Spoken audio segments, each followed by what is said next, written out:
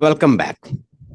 अच्छा जी, पहली बात यह है कि टर्जिडिटी ऑफ लैंग्वेज, लैंग्वेज को बॉर्डम बना देना, वो ऐसे ही है जैसे आपके बॉडी बॉडी पे स्वॉलन है, बड़ा बेतरतीब सा बॉडी का आपका सिस्टम है। तो इसी तरह बॉर्डम लैंग्वेज में बना देना ऐसे ही है टर्जिडिटी ऑफ लैंग्वेज के, जैसे बॉडी स्वॉलन हो जाती है और वो बुरी सी लगती है। इसी तरह लैंग्वेज भी बुरी सी बॉर्डम सी हो तो वो बुरी लगती है, बंदे का पढ़ने को दिल नहीं करता। प्यूरिलिटी का मतलब होता है immaturity of handling language, language को आप अच्छी तरह हैंडल नहीं कर रहे, आपको बिगनिंग मिड और एंड बनाना नहीं आ रहा। पोएम के अंदर मेटाफर, सिमली, ओनोमोटॉपिक लैंग्वेज और उसके बाद मेटाफर, स्नेकडकी और जो स्ट्रक्चर है उसका आप अच्छी तरह नहीं बना रहे। उसके बाद है पैरेंथेसिस। पैरेंथेसिस का मतलब होता है कि पैशन आउट ऑफ प्लेस, जहां पे पैशन शो करने हैं वहां पे नहीं शो करने। इसके बारे में टी एस इलियट ने बड़ा जबरदस्त लिखा है। वो कहता है कि जो अच्छा पोएट होता है ना, वो वहां पे कॉन्शियस होता है जहां उसे होना चाहिए, और अनकॉन्शियस वहां पे होता है जहां पे उसे नहीं होना चाहिए। अनकॉन्शियस जहां पे नहीं होना चाहिए मतलब वो अपने आप को बैकग्राउंड में रखे। अच्छा पोएट जो है अपने आप को बैकग्राउंड में रखता है और जो टॉपिक होता है उसको सामने रखता है। और कहता है good poet, T S Eliot ने कहा था, ऐसा पोएट होता है कि जो जो गॉड की तरह जो हर जगह मौजूद है लेकिन नजर कहीं भी नहीं आता। तो पैरेंथेसिस का मतलब है कि पैशन को अलाइन करना है, जो आप बात कर रहे हो उसके साथ हो। पैशन आउट ऑफ प्लेस, कि ऐसी जगह पे पैशन दिखा रहा है जहां पे जरूरत ही नहीं है। मीनिंगलेस पैशन हो, अनमीनिंग पैशन है, पैशन का कोई मतलब ही नहीं निकल रहा। जो पैशन आप शो कर रहे हैं उसका कोई मीनिंग नहीं निकल रहा। तो हेमलेट के बारे में तो यही कहा ना, उसका ऑब्जेक्टिव कोरिलेशन है। शेक्सपियर ने लिखा तो बड़ा अजीम है, लेकिन उसमें एक मसला आ गया है कि वो पागल किस लिए हो गया है। वो फीलिया के लिए पागल है या वो अपनी माँ की बेवफाई पे पागल है, समझ ही नहीं आ रही। कि जो वो डायलॉग बोल रहा है इतने दुखी किस्म के, वो किसके लिए बोल रहा है समझ नहीं आ रही। ऐसे लगते हैं जैसे मीनिंगलेस हो, ऐसे लगते हैं जैसे अब्सर्ड किस्म के डायलॉग्स है हैमलेट के।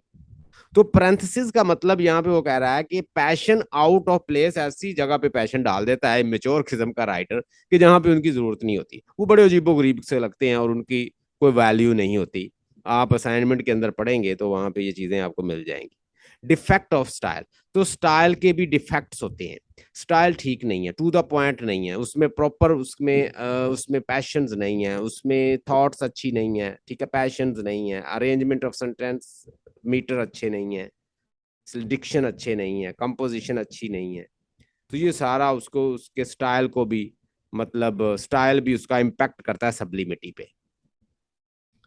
ये तो था इसके लिए, हमारी स्टूडेंट अक्सा के लिए।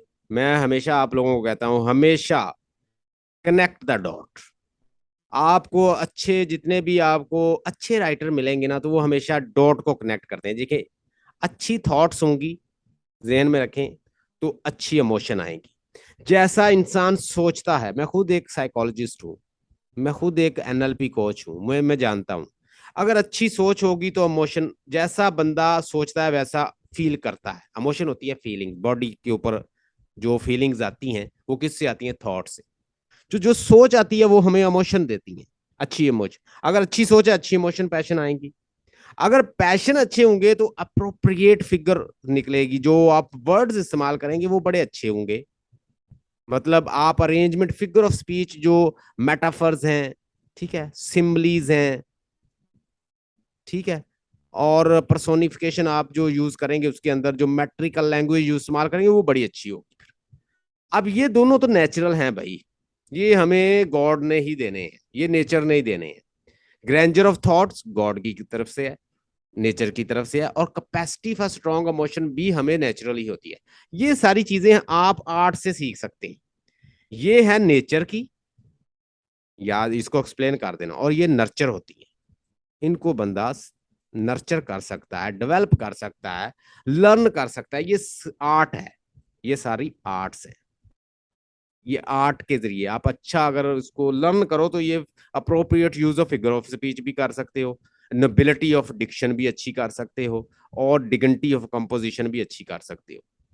तो जब आपके पास ये दो अच्छे होंगे तो ये ऑटोमेटिकली अच्छे निकलेंगे। ये नहीं हो सकता कि ये अच्छे ना हों और ये आप अच्छे कर जाओ।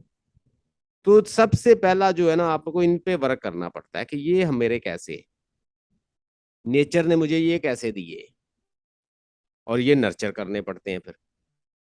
अकेला इनसे भी काम नहीं चलता कि आप ये अच्छे ले आओ और ये आपका, अगर इसको बेतरतीब बना दो, इसमें टर्जिडिटी ले आओ, इसमें आप थिमिडिटी ले आओ, ठीक है, इसमें वो ले आए कि पैशंस जो हैं पैरेंथेसिस उसमें डाल दें, इस तरह की कि वो पैशन टू द पॉइंट ही ना हो, मीनिंगलेस पैशन डाल दें। तो अगर ये चीजें ठीक नहीं होंगी तो ये इस पे इम्पैक्ट जरूर करेंगी।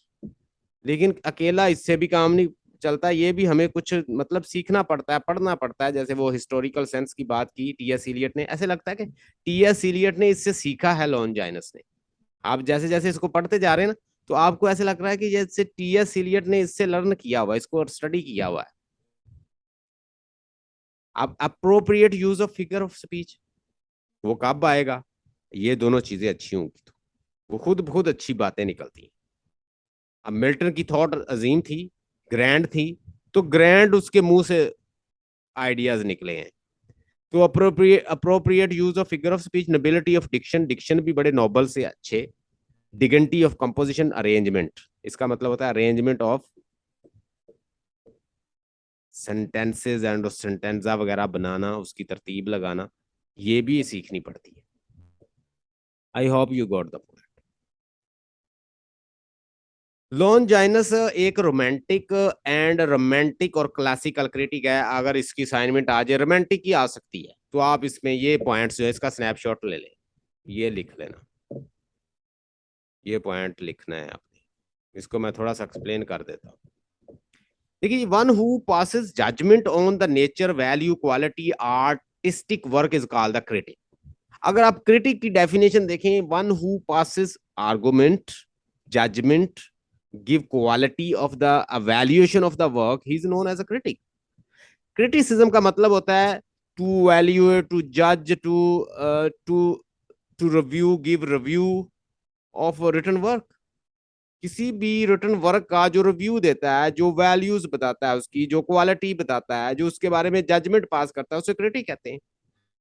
और किसी, अगर जब तक क्रिटिक कमेंट नहीं करता किसी लिखे हुए वर्क पे, उसकी वैल्यू नहीं बढ़ती।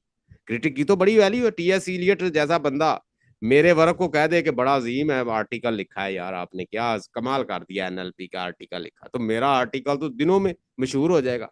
तो इस तरह बड़े बड़े क्रिटिक, टीएस इलियट जैसे क्रिटिक, ठीक है, रेमंड विलियम जैसे क्रिटिक, और लॉन जैनस जैसे बड़े बड़े क्रिटिक्स, इस तरह के क्रिटिक की बड़ी वैल्यू है। और इसके क्रिटिक बनने के लिए बहुत बहुत पढ़ना पड़ता है। रोमांटिसिज्म क्या करते हैं, रोमांटिसिज्म में क्या था कि lays more emphasis on the independence and fullness of expressions, on strong emotion, and it may become comparatively careless of harm। अब जरा मुझसे सुन लीजिए, अगर आप विलियम वर्ड्सवर्थ को पढ़ें तो आपको पता चलेगा, वो कहता है कि पोएट्री की डेफिनेशन बताता है, कहता है poetry is spontaneous overflow of powerful feelings. जब फीलिंग बहुत ज्यादा हो जाए तो हम उनको उनको वो बेट करते हैं, उनको लिख देते हैं, वैसे ही वो आपकी पोएट्री बन जाती है। लेकिन वो कहता है, लेकिन लॉन जाइनस थोड़ा सा इससे डिफरेंट डिफरेंट है। ऐसे लगता है कि जैसे वर्ड्सवर्थ ने इसको पढ़ा हो और उसके बाद वो पोएट्री की डेफिनेशन दी, उसने थोड़ी सी उसमें अमेंडमेंट कर दी। वो कहता है, ये कहता है कि ये एम्फेसिस करता है independence and fullness of expression के ऊपर, लेकिन ये फुलनेस ऑफ एक्सप्रेशन जो है वो कंट्रोल में हो, रीजन रीजन के थ्रू आए, रीजन के फिल्टर के थ्रू आए, तो फिर अजीम पोएट्री बनती है। The prime function of literature is to move the reader to the ecstasy. Ecstasy का मतलब होता है वजद में ले जाना, एक दुनिया से दूसरी दुनिया में ट्रांसपोर्ट हो जाना, कि मैं आपको इस तरह पढ़ाऊं कि मैं आपको किसी दुनिया में ले जाऊं, आपका राब्ता इधर से कट हो जाए, आप किसी और दुनिया में पहुंच जाए। आप में एक वर्क को पढ़ें और वर्क जिस जो राइटर आपको दिखाना चाह रहा है वहां पे ले जाने में कामयाब हो गया, तो वो कहता है जी वर्क अजीम है। अगर आपको राइटर वहां लेके नहीं जा पा रहा, जो दिखाना चाह रहा है वो दिखा ही नहीं पा रहा, उसके में पैशन नहीं है, उसके अंदर थॉट नहीं है, उसकी अरेंजमेंट अच्छी नहीं है, उसकी डिक्शन अच्छी नहीं है, तो वो आपको वहां उसमें मेटाफर अच्छे नहीं उसने इस्तेमाल किए, सिंपली पिक्चर इमेजेस अच्छी नहीं है, तो वो नहीं लेके जा पाएगा। ये बात तो उसने बड़ी जबरदस्त कहता है, the prime function of literature, literature का इब्तदाई मकसद ये होता है कि वो आपको मूव कर दे, रीडर को एक्सटेसी की तरफ ले जाए। तो एक्सटेसी का मतलब लिखे ट्रांसपोर्ट कर दे एक दुनिया से दूसरी दुनिया में, वजद की दुनिया में।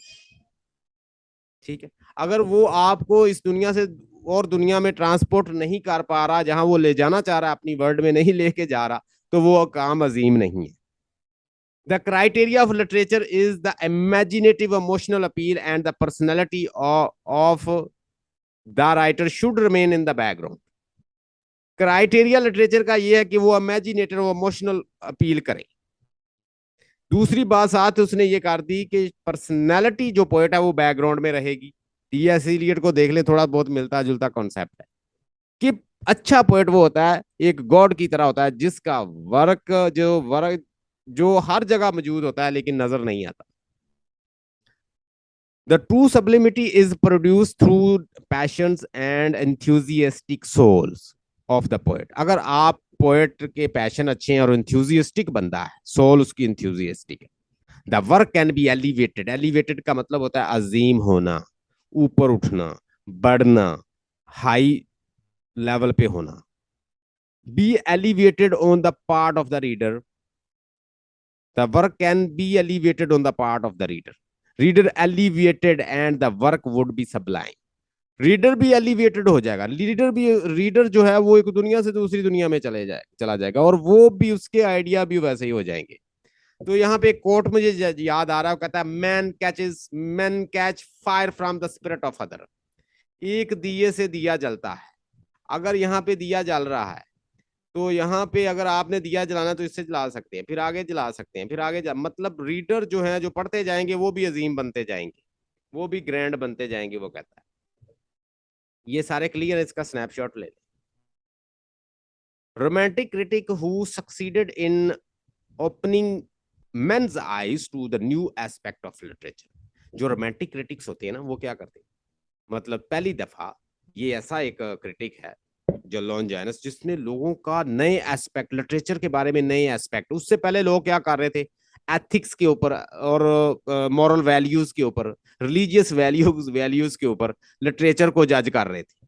मतलब कोई भी लिटरेचर जो था रोमन ग्रीक्स में, मतलब इस लॉन्जाइनस से पहले रोमन ग्रीक के बनाए हुए असूल और एथिकल वैल्यूज जो उन्होंने सेट की थी, रूल रेगुलेशन, उनके मुताबिक, क्लासिक वैल्यूज के मुताबिक जज कर रहे थे लिटरेचर। उसने कहा नहीं, अच्छा वर्क वो होता है जो रीडर को एक दुनिया से दूसरी दुनिया में, जहां पोएट लेके जाना चाहता है वहां ले जाए। अगर नहीं लेके जाना जा पा रहा तो इसका मतलब है उसमें कमी है, उसके पैशन अच्छे नहीं है, उसकी थॉट्स अच्छी नहीं है, पैशन अच्छे नहीं है, फिगर ऑफ स्पीच अच्छा नहीं है, और